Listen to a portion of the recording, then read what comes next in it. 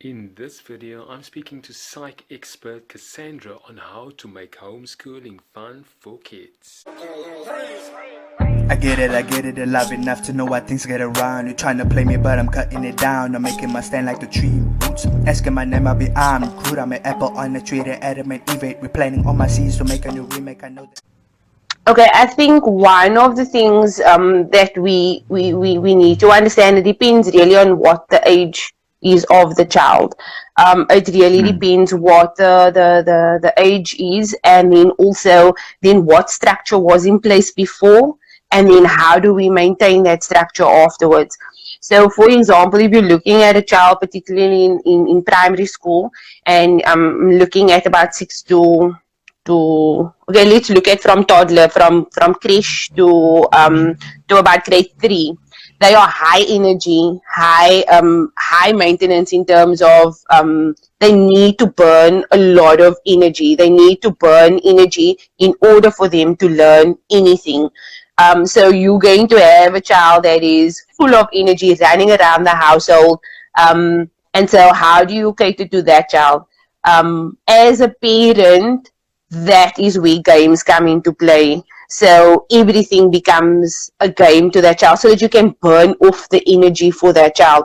So one of the things that I have a 7-year-old daughter, and one of the things, it's a bit messy now, but one of the things we've done to keep her entertained is we've created a twister in our household. So if you just, I don't know if you can see, it's like, yeah, I can see it. It's on oh, it's on the tiles, like it's on the handmade, like it's handmade. We put paper up. I mean, you can use anything, and that is what we've used to keep her entertained. And so, what we do randomly is that if we see okay, energy is going too high, we will play a game, so that we can keep her maintained. But again, it's the emotional intelligence of the parent is that seeing that if I do something for 15 minutes, it will keep her entertained for the next hour or hour and a half. So it's that is when you're looking, and that's just one idea of what you can do.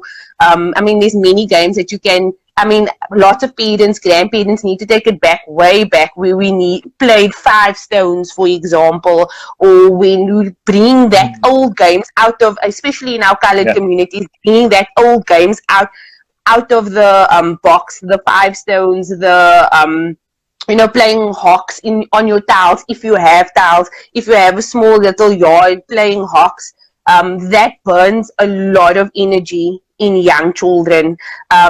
When you're getting a little bit older, if you're looking at grade 4 to grade 7 or grade 8, you need to drain them mentally. So it does work with physical games as well, but also to drain them in their minds. So thinking games, things that they need to figure out, looking at how do we get that going. With the teenagers, it's a bit difficult. I think with the TikTok series and all of that becoming a big thing now, that has also escalated. So with teenagers, it becomes slightly more difficult, and in this period, parents often rely on the teenagers to becoming more like adults, like mini adults. So you must behave like an adult. You're supposed to know this is how you're supposed to behave. And so again, it takes a little bit of thinking when it comes to the teenagers in how do we sitting with your child and saying, okay, what are you busy with now? How can I get involved in what you are busy with right now?